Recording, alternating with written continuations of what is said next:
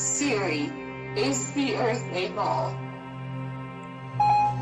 A ball? Heavens no. How could you live on a ball? That doesn't seem possible. The Earth is clearly flat.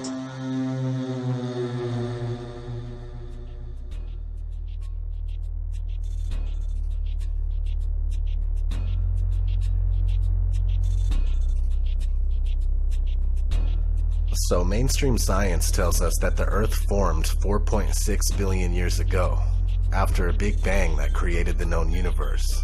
This wild theory is widely accepted as fact, and it's mechanically repeated by most people due to the fact that it's what public schools teach to the kids without challenge. There is absolutely no possible way to determine whether or not an event took place that long ago. It's actually very strange that anyone would believe this nonsense. Mainstream science also tells us that life on Earth evolved into monkeys, which eventually evolved into us. There's only one huge gaping problem with the theory of evolution. We are not only missing one link between monkeys and humans, but we are missing hundreds, if not thousands, of evolutionary links. Maybe more. They want us to believe that one day we fell out of a monkey's ass and we landed on a spinning ball that's advancing through outer space at ridiculous speeds. We are being deceived. Let's put it in perspective. They think they came from monkeys, okay? I don't care how many letters they have after the name. You know, these guys go to school, they read books, they come out believing they came from monkeys, and then they have the audacity to say that we're the stupid ones. Listen to what they have to say. In the beginning, there was darkness, and then bang, giving birth to an endless expanding existence of time, space, and matter. Every day, new discoveries are unlocking the mysterious, the mind-blowing, the deadly secrets of a place we call the universe. It is, of course, a mystery as to why the universe exists in such an intelligible manner, but it suggests to me, at least, that there's a deep link between the universe, the grand scheme that's unfolding, and beings like ourselves. Somehow, the universe has become self-aware. It's engineered the emergence of comprehending, thinking beings like ourselves who can come to know the universe. Some people marvel at the fact that the universe has, over billions of years, given birth to beings who can appreciate its complexity. We can even ponder where and how we fit in. But at the dawn of history, people thought they knew the answers to these profound questions. The ancients viewed their world as a snow globe. It's essentially a flat Earth, say a disk, covered by a dome. And we call this in English a firmament. And in the firmament is where all the stars and the planets were hung. Almost all ancient cultures believed their universe existed in a dome similar to this one. And they never questioned who created it. The ancients assumed that there was a god or gods responsible for the creation and the maintenance of the universe. The idea that God created the universe went largely unchallenged until the Middle Ages, when scientists made a sacrilegious suggestion based on their observations. The sun, not the Earth, was at the center of the universe. It was a paradigm shift. There is now another way to explain the naturally occurring phenomena around us, and this is science. Since the Middle Ages, scientists have developed sophisticated new theories about the enormity of the universe and our place in it. Theories that often have no room for God. Many phenomena have appeared mysterious or miraculous or magical. And then through the process of science, we've eventually understood them. Scientists gradually realized that the sun really is just one star among a multitude of stars in a gigantic galaxy, having hundreds of billions of such stars. And all this was created in a big bang 13.7 billion years ago. But while scientific theories, observations, and experiments tell us where we are in the cosmos, they don't answer the eternal questions: why we're here, and who, if anyone, created us. So while it appears a divine creator planned the universe, many physicists say apparent fine-tuning doesn't prove anything of the sort. Something else must be at work. But what, other than God, could possibly explain the remarkable series of events that led to the creation of life in our universe? One very popular contender is an idea that seems at least as incredible as the idea of God. It's the multiple universe theory. A very large number of universes, perhaps even an infinite number, could in principle exist in a vast hyperspace. We can understand the idea of hyperspace by comparing it to a mug of beer. The beer mug would be the hyperspace, and the bubbles would be these individual universes. The bubbles in a beer mug are all physically about the same. But suppose they span a range of properties. Some of them might have carbon and oxygen, and stars and gravity, and others don't. We would be in one of the ones that leads to a rich, complex universe culminating with life as we know it. If there are an infinite number of other universes, the fine-tuning that seems to be present in ours isn't an example of God's plan, but rather the law of statistics. Most of these universes wouldn't naturally develop in ways that fostered intelligent life, but a few would. So then the explanation for the specialness of the universe is that we are winners in a gigantic cosmic lottery. It stands to reason that we couldn't be living and discussing this in a universe that was hostile to life. Only the bio-friendly ones get populated with thinking beings. Having a multitude of universes is actually quite a simple and natural consequence of some of the most favored models for the birth and early evolution of our universe. It's kind of like stars and planets. As long as you have the capacity to make one, it's easy to make lots of them. Oh, really?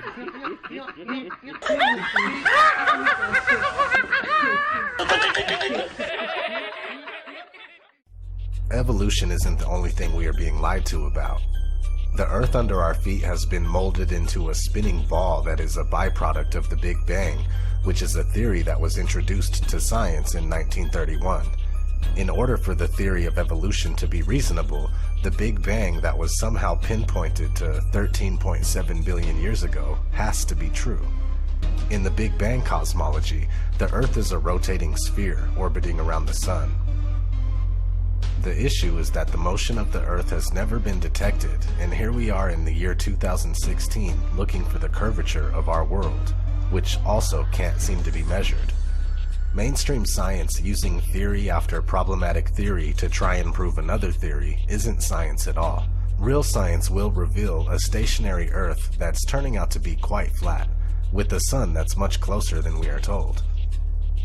Despite what you hear, flat earthers aren't anti-science at all. We just don't condone what mainstream science has become, and that's a faith-based religion swarming with lies and ludicrous theories that have never been proven.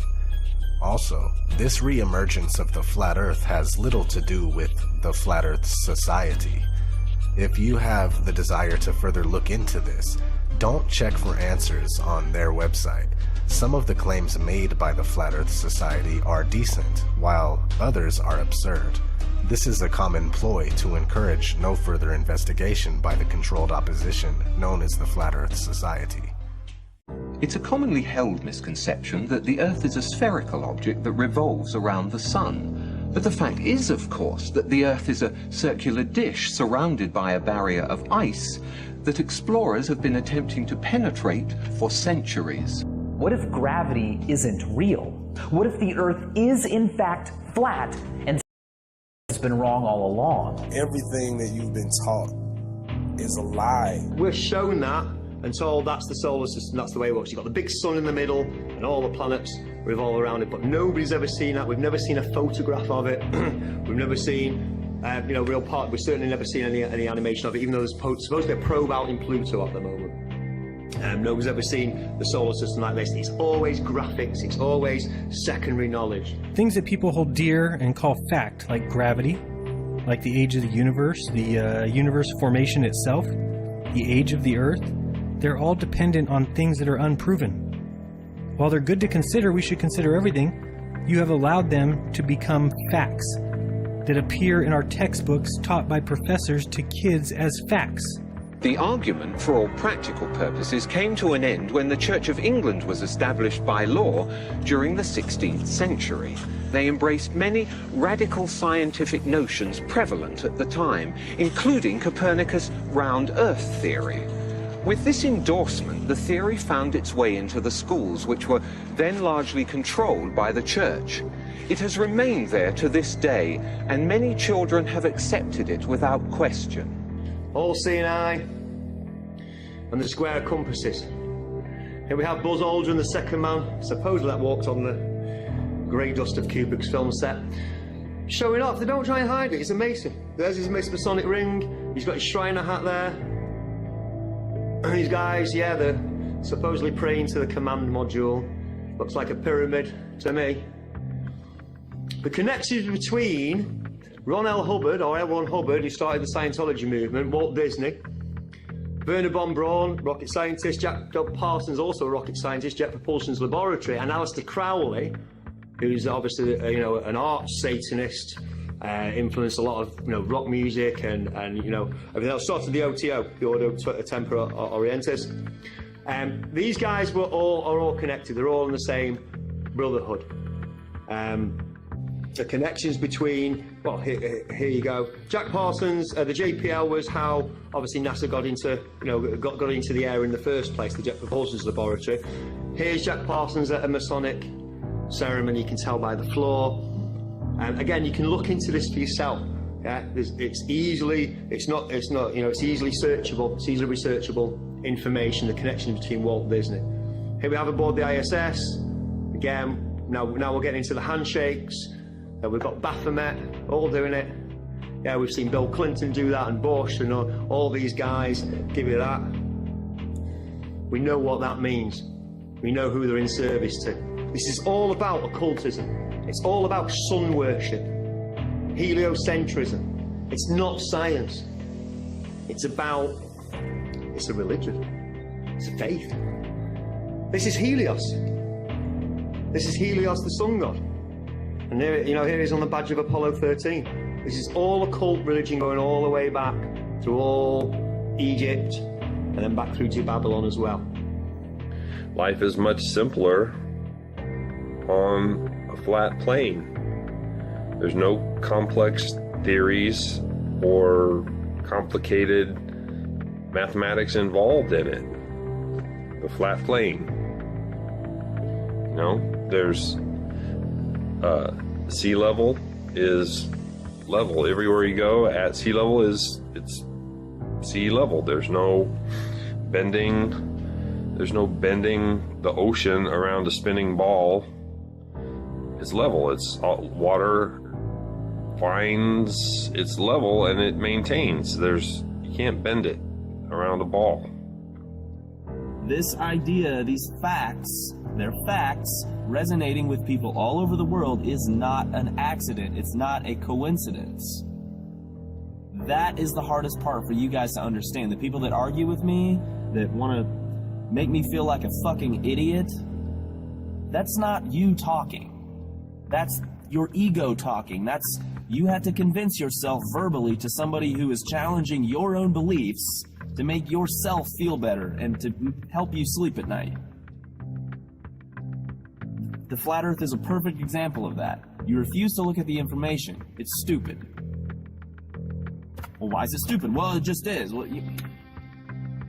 every little thing that you've brought up, all of you, can be refuted and explained differently, but you refuse to see that. You refuse to look at it. That makes you ignorant. That is the definition of ignorance. So how does Hollywood brainwash you? Well, one way is like this. They begin their movies on a globe and then they zoom in to whatever the first scene is. Real clever way to brainwash you in the very first scene of any movie you see. Universal Studios is so bad they use this goddamn globe as their logo. as their intro to every single movie that they make.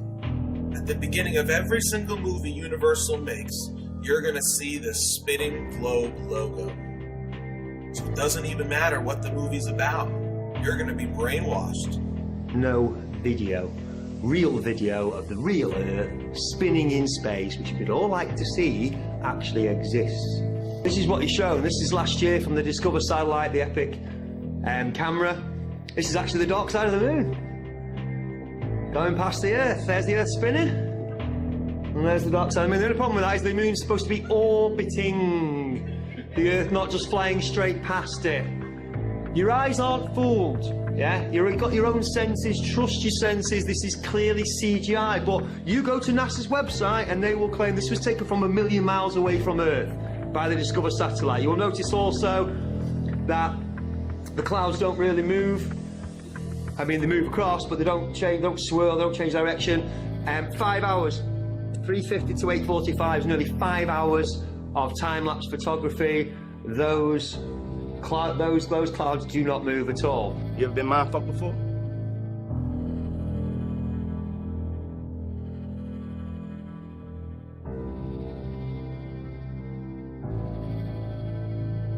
We don't have a picture of our Earth, except for the nice composite fake images NASA gives you to make sure you keep believing you're in a ball and keep arguing on their behalf, keep fighting for them, keep telling people we went to the moon, simply because you can't let your mind think of the possibility that someone lied to you. The government lied to you. They can't lie. They're my government. Believe me, it's hard for all of us. That's crazy. The government doesn't lie to people. I was a huge Star Wars fan. Very, very disappointed to find out that I'm just being programmed. Again, it's a multi-pronged approach to show you they're not trying to pretend that Star Wars is real in any way, but again, it's impressing your brain again and again and again that the space and planets and spaceships and they're all round and everything else, okay? It's Hollywood. So now we've got the ISS. Does this look solid? Does this look like a solid machine to you? Or how do we know these are real? We don't. But I tell you what you don't see from the ISS, which you really should and you never do, is one of the 17,000 satellites that are also supposed to be spinning around up there as well. What difference does it make if it's a globe or if it's flat? They're stealing your money and showing you cartoons and CGI. Wouldn't that make a difference if it was a globe or if it was flat? Because they keep showing you cartoons of a globe. They show you CGI of a globe. They show you Hollywood trickery of a globe. They're stealing your fucking money. If it's flat, that begs the question, hey,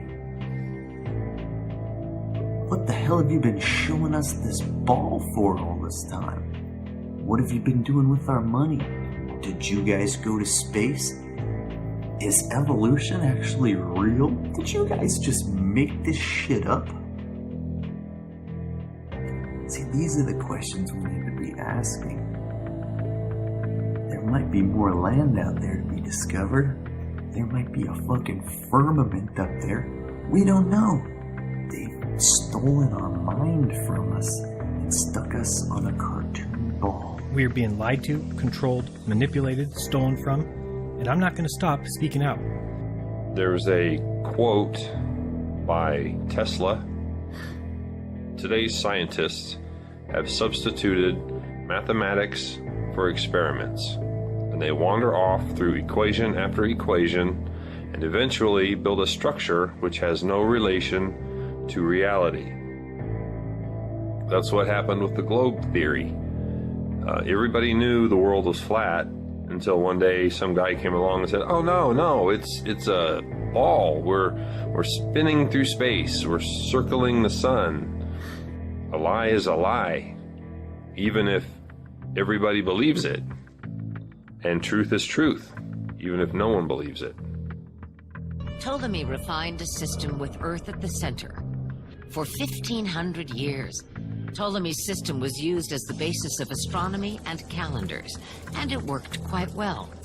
Copernicus hated that, and Copernicus set about to undo Ptolemy's greatest discovery. While working at the request of Pope Leo X on improvements to the Julian calendar, Copernicus conceived what turned out to be the foundational idea of modernity itself. The idea that the Earth moved. Not all were persuaded by Copernicus, however. The greatest astronomer of the time, Tycho Brahe, developed a new geocentric model. The Earth occupies the center, the planets orbit the sun, and the sun orbits the Earth. They basically stole our minds and enslaved us by showing us a picture of a ball. Said, here's what you live on, it's a ball. And then they show us a different picture of a ball. And here's a different picture of a ball. And everyone's just like, yeah, that's the same place. It doesn't matter if the colors of the continents change. It doesn't matter if the color of the oceans change. It doesn't matter if the continents change sizes, change locations. Tycho hired a young assistant named Johannes Kepler in 1600. Kepler, working on his own development of the Copernican system, needed Tycho's observations, but Tycho refused to part with them. When Tycho died suddenly and mysteriously in 1601, Kepler took charge of Tycho's observations and used them to develop his own system. In Kepler's system, the sun is in the center, while the planets move on ellipses, non-uniformly. The ellipse, with its two foci, allows us to see that Ptolemy's epicycles and equant were actually a brilliant attempt to express non-uniform motion centuries before Kepler. Indeed, once the concept of non-uniform motion is introduced, all of these systems can be shown to be geometrically identical.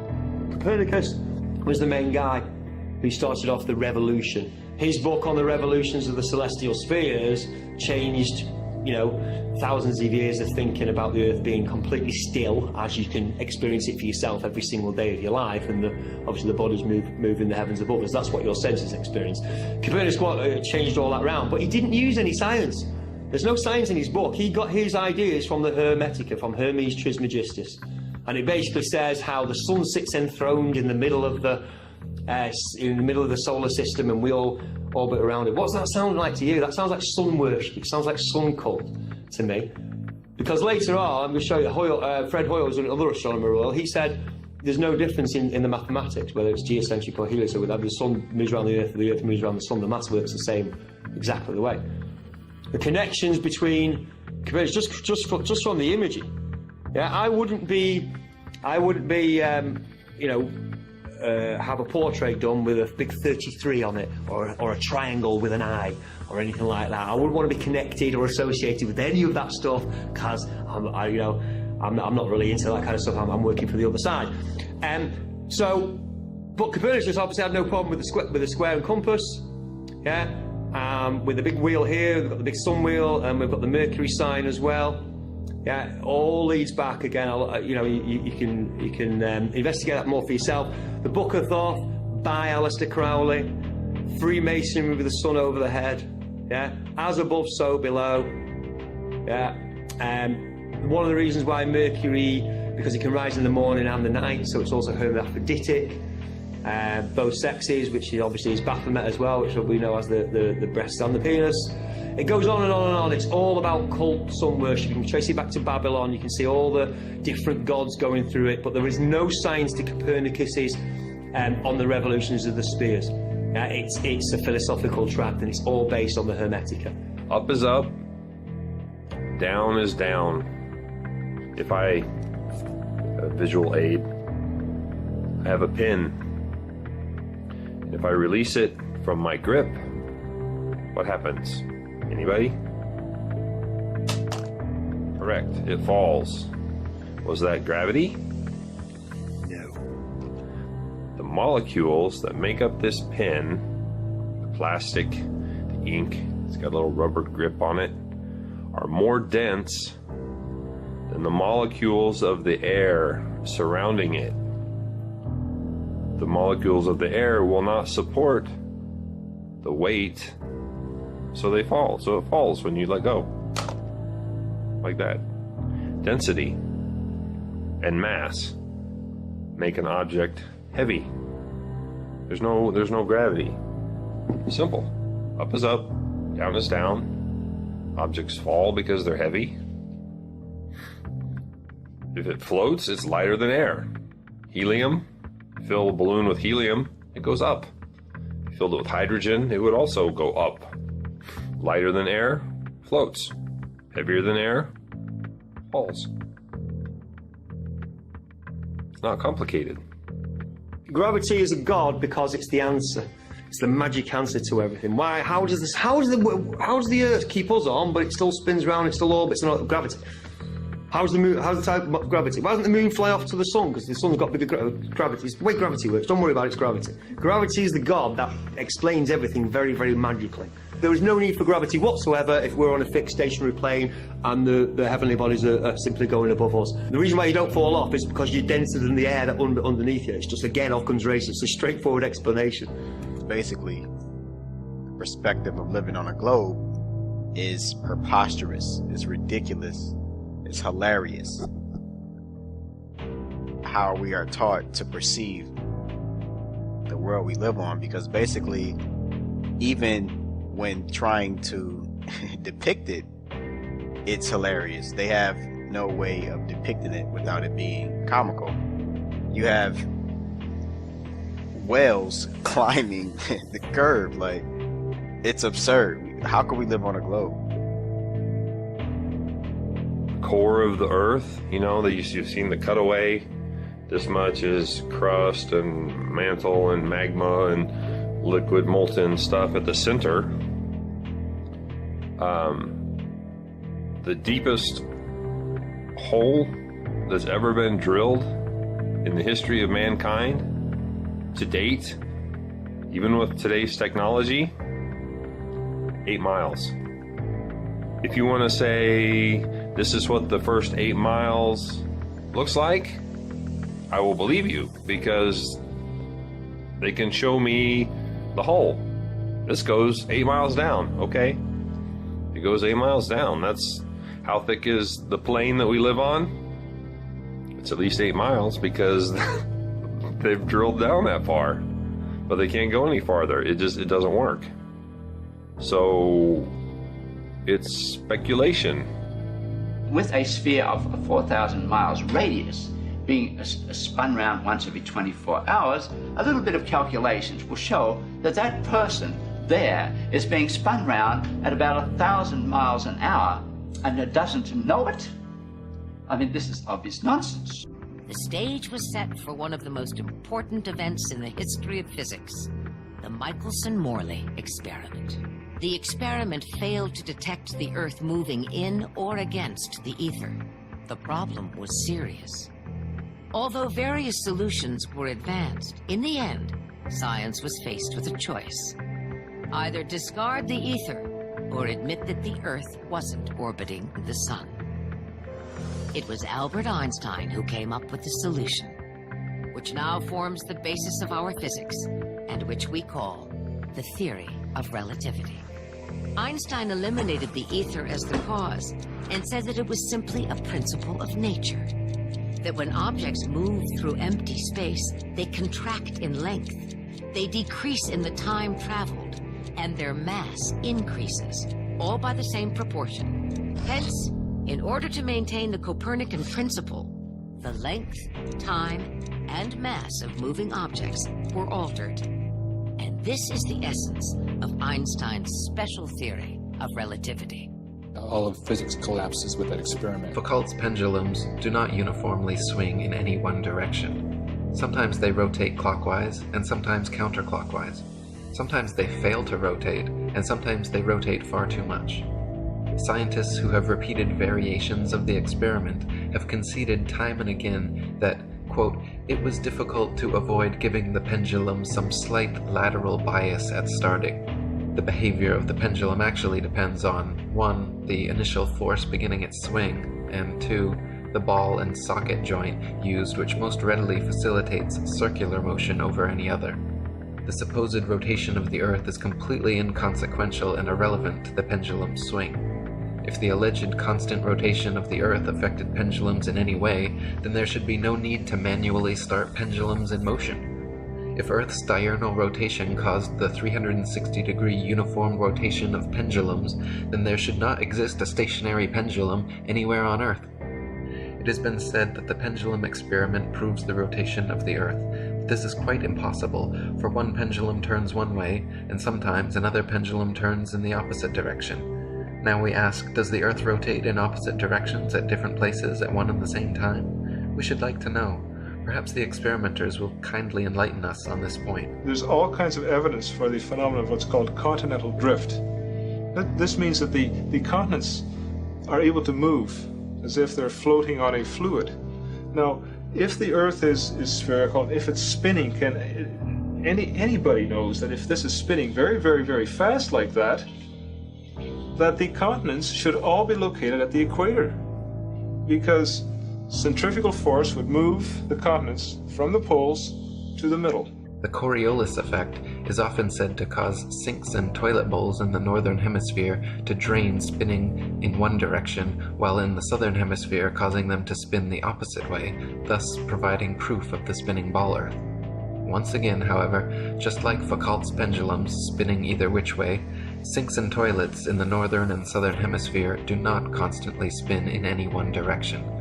Sinks and toilets in the very same household are often found to spin in opposite directions, depending entirely upon the shape of the basin and the angle of the water's entry, not the supposed rotation of the Earth. Jennifer Horton wrote, "While the premise makes sense that the Earth's eastward spin would cause the water in a toilet bowl to spin as well, in reality the force and speed at which the water enters and leaves the receptacle is much too great to be influenced by something as minuscule as a single 360-degree turn over the span of a day. When all is said and done, the Coriolis effect plays no larger a role in toilet flushes than it does in the revolution of CDs in your stereo. The things that really determine the direction in which water leaves your toilet or sink are the shape of the bowl and the angle at which the liquid initially enters the bowl."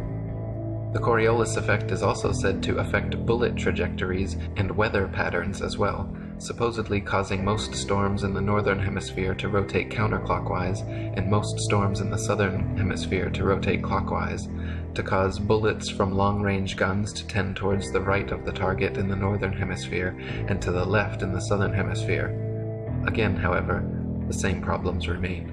Not every bullet and not every storm consistently displays the behavior and therefore cannot reasonably be used as proof of anything. They got us to ridicule it, and that was the genius in their whole plan. If you ridicule something socially, it's ridiculous, so I'm not going to look into it. When if you're thinking about it, if you flip it inside out, to assume the Earth is flat makes so much sense. To assume it's a globe is so ridiculous. We should have laughed at that, you know? And it's funny how people who still believe in the sphere always make fun of the flat Earth, because they'll say, well, how can I stay on? I'll fall off. I mean, that's ridiculous. I'll fall off. Yet they have total faith in not tumbling down the sphere. For some reason, this appears safe to them. You know, it's like, no, wouldn't a level surface appear more sensible and safe if you really think about it? People say, well, go look at the planets. The planets are spheres, so that means we're a sphere. No, whip out a telescope. I've got one. Whip out your telescope and look at Mars. It's a dot of light. It's an orange dot. And then when you look at a NASA image, it's this desert world with canyons and ice and craters and shit. But when you look at it through an amateur telescope, like a good amateur telescope, not one from fucking Walmart, like a good one, it's an orange dot. It's not a desert world with canyons and shit that they went to. There's no rover on Mars. They're prepping us with movies like The Martian so they can steal our money on a fake trip to Mars, just like they stole our money on a fake trip to the moon.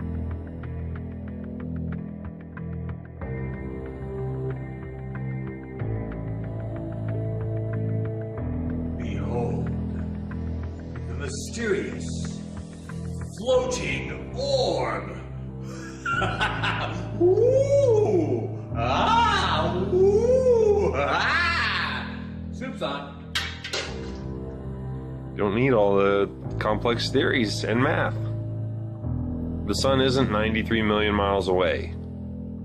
It's much closer, and much smaller. Oh, it's 400 times bigger than the moon, but it's also 400 times farther away, so it appears to be the same size. The sun and moon are the same size, and they're not as far as they say they are. They circle above the plane that we live on, the flat plane. They circle. The sun shines down like a spotlight. It's around 24 hours. The same phenomenon Eratosthenes measured could be explained by a flat Earth if the sun were only a few thousand miles away and 32 miles across. The math would work out the same. Once you realize what's going on, you're on a flat plane, you can see the sun. It's like it moves towards you, passes overhead, and moves away from you. It's perspective, the distance. It moves that direction until it reaches the vanishing point, the point of convergence on the horizon, where you can no longer see its light. This is a really, really good video to watch. It's called The Amazing Flight of a Balloon to the Edge of Space. And if you watch it, you will see, because those are clouds there. This isn't the ocean. This is clouds. And what have we got here? That's a hot spot from the sun. Now, if the sun's 93 million miles away, yeah, but massive, how is it causing a heat spot on here? Well, this is a still from it. You can watch the video for yourself, but this is what it does. There's minutes and minutes of this video as it spins around, and you can see it again and again. It will blow your mind, because you'll see the sun isn't that far away at all, because it can't be causing a heat spot on the clouds if it's 93 million miles away. If it's massive, it should all be coming in at the same angle. There should be no... The sun is obviously not 93 million miles away. It looks very close. Circumnavigation is really just a flat circle path. Gravity as we know it simply doesn't exist. The sailor thinks that he's traveling around the Earth this way, when in effect he's traveling around the Earth this way. And he's creating a circle. He's moving in a continuous direction around. He goes through the various parts of the circle, and he comes back where he started from. He's going around this way. One of heliocentrists' favorite supposed proofs of their ball Earth theory is the ability for ships and planes to circumnavigate, to sail or fly at right angles to the North Pole, and eventually return to their original location. Since the North Pole and Antarctica are covered in ice and guarded no-fly zones, however, no ships or planes have ever been known to circumnavigate the Earth in north-south directions, only east-west. And herein lies the rub. East or westbound circumnavigation can just as easily be performed on a flat plane as it can on a globular sphere. Just as a compass can place its center point on a flat piece of paper and trace a circle either way around the pole, so can a ship or plane circumnavigate a flat Earth. The only kind of circumnavigation which could not happen on a flat Earth is north-south bound, which is likely the very reason for the heavily enforced flight restrictions. Flight restrictions originating from none other than the United Nations, the same United Nations which haughtily uses the flat Earth map as its official logo and flag. So the ball earther's logical argument is that only a globe can be circumnavigated, the Earth has been circumnavigated, and therefore the Earth is a globe. This is indeed a logical modus ponens statement, but the conclusion is rendered invalid because the first premise, that only a globe can be circumnavigated, is categorically false. There is no curve, man. You went up on top of your house and saw the curvature. You went on a plane and saw the curve. No, you didn't. There is no curvature. You know how I know? I tried to debunk the flat Earth and I failed. That's how most of us get started. We try to debunk the flat Earth and we fail. There's no evidence for curvature when you use your own senses and your own observations. Cross Lake Michigan, from St. Joseph to Chicago, is 60 miles. Over 60 miles, anything under 2,400 feet should not be seen. This is a visual of how that works. See the blue line, obviously the green line is you're straight out. Because if you were looking straight out, obviously the Earth's supposed to curve, so the blue line is where it curves. Anything beyond the blue line should not be seen. Sears Tower is only 450 feet high. It's the highest, obviously, building in Chicago. It's giving you the height of some of the rest of the buildings there. There's quite a famous picture, a guy called Joshua Nowicki, of Chicago from 60 miles away. We shouldn't be able to see any of it. It should be all behind 2,400 feet of curve. Yeah? Now, people say, but you can't see the bottom of the... You know, it's proven that the Earth's curved, because you can't see the bottom of it. But you can't see the bottom of it because seas and lakes, they wave. They go up and down. They're not completely... I mean, obviously, if it's completely flat and completely clear, then you'll see a lot more of it. But this actually proves that the picture wasn't taken from very high above sea level. If it was, you'd see a lot more of the buildings, like in this next one. From slightly closer, from only 37 miles away, and should be behind 900 feet of curve, I think we can see more than 500 feet of the Sears Tower there, but you can see virtually all of the skyline. Because obviously it's a clearer day, it's a little bit brighter, and obviously the waves aren't as choppy. Here's the opposite. There's 36 miles of waves in between. Why would we see the whole thing? But we can still see far more of it. It should be 840 feet a drop. You shouldn't be able to see... Oh, you should be able to see less than the top half of those. We move on to a different city, Toronto, across Lake Ontario. A place called Grimsby. Obviously not in Lincolnshire. 37 miles away, should be behind 900 feet of curve. The CN Tower is 1,800 feet tall. You should be able to see only the top half of that and hardly any of the rest of Toronto. Can we see pretty much the whole skyline there? Again, you can check this out for yourself. You can get half a dozen of these pictures from various places all around this bay. Yeah, this is actually taken from the red lines there. It's actually Grimsby's here, so it's actually a little bit further than this red line. But you can get pictures from Toronto from all over this beach. Yeah, and you can see way more of it than we should be. Now people say, "Oh, well, that's light refracting, bending it round the curve." It doesn't look like a mirage. I've seen mirages. They're inverted or they're wavy. We know what a mirage looks like. We can see it in the distance. 81 miles away from Genoa. It's the Isle of Gorgona. It's only 70 feet above sea level. We shouldn't be able to see anyone, or we should be able to see the tip. We can see most of the island. It should be behind 4,300 feet of curve. It should have curved away by now. We can still see it. We'll bring it closer back home. The Isle of Man. From the Fylde coast, 61 miles away. And again, we can't just see the tops of the turbines, we can see virtually all of them. From 61 miles away, Snaefell is 2,030 feet high, 2,034 feet high, so that's the highest point on the Isle of Man. 61 miles away should be 2,480 feet of curvature. Should be, half a mile below the horizon. From London,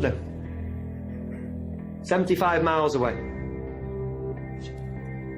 Starts getting interesting when you start getting towards the 100-mile mark. We're talking over a mile of dip now. This is the Isle of Oahu, taken from Kauai. Thank you. In Hawaii. It's 90 miles away. Again, you can see, apart from, whatever bit the waves are hiding, we can see a lot of that island. And here's the numbers for it. It should be behind 5,400 feet a drop. Its elevation is 4,003 feet, so we shouldn't even be able to see the tip of it. You can see nearly all of it. This is the Sierra Nevada range from Mount Diablo in California, San Francisco. It's 160 miles away. Yes, we're up a mountain. Yes, they're up a mountain. But we can see, again, a lot of the bottom of the mountains. You can see the snow-capped tops, and then we can see the rest of the mountains as well. 160 miles away, this should be behind 17,000 feet of curve. Again, yes, you might be able to see the top of it, but not all of the mountains. And here's the furthest one I've found so far. This is my record so far. I'm sure it'll keep on growing.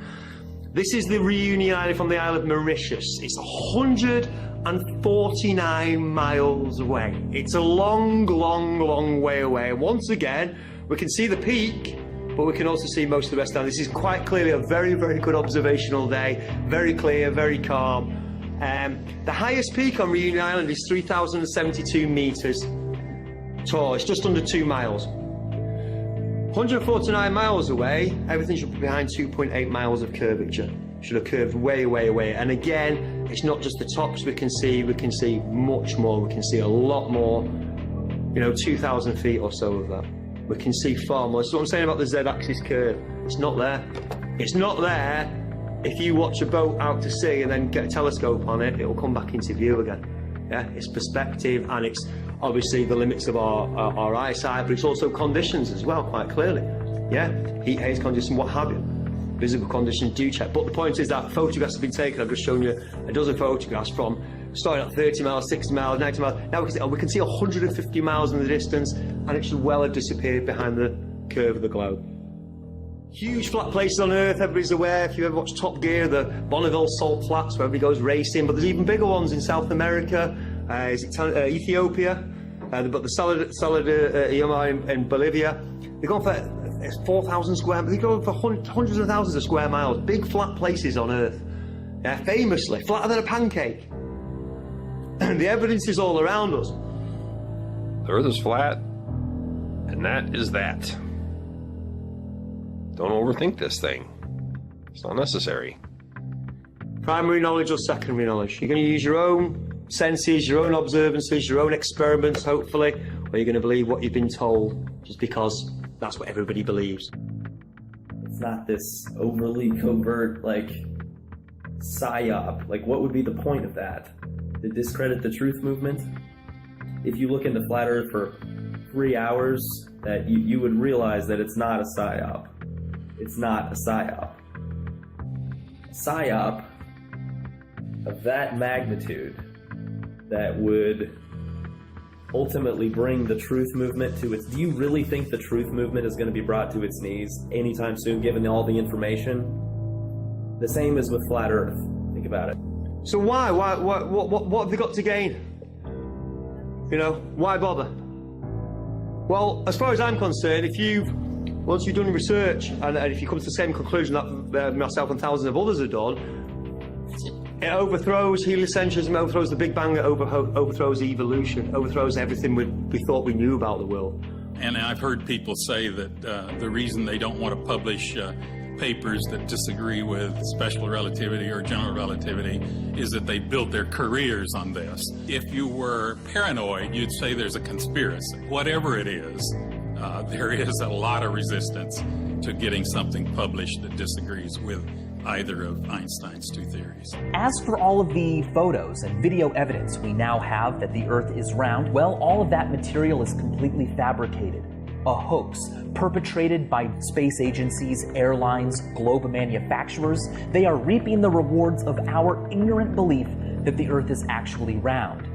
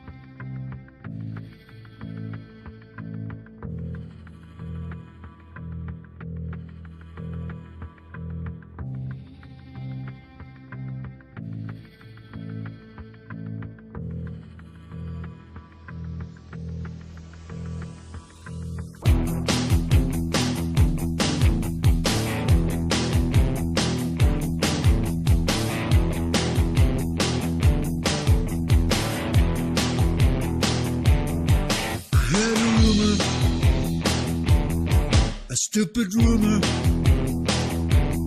I started laughing. That's a fact. I knew for certain that I would disprove it. 1 year later, and there's no going back. Researching, I'm racking my brain. The answer could drive you insane. What I'm finding was never the plan. I want to tell you that it's crazy, but I can't.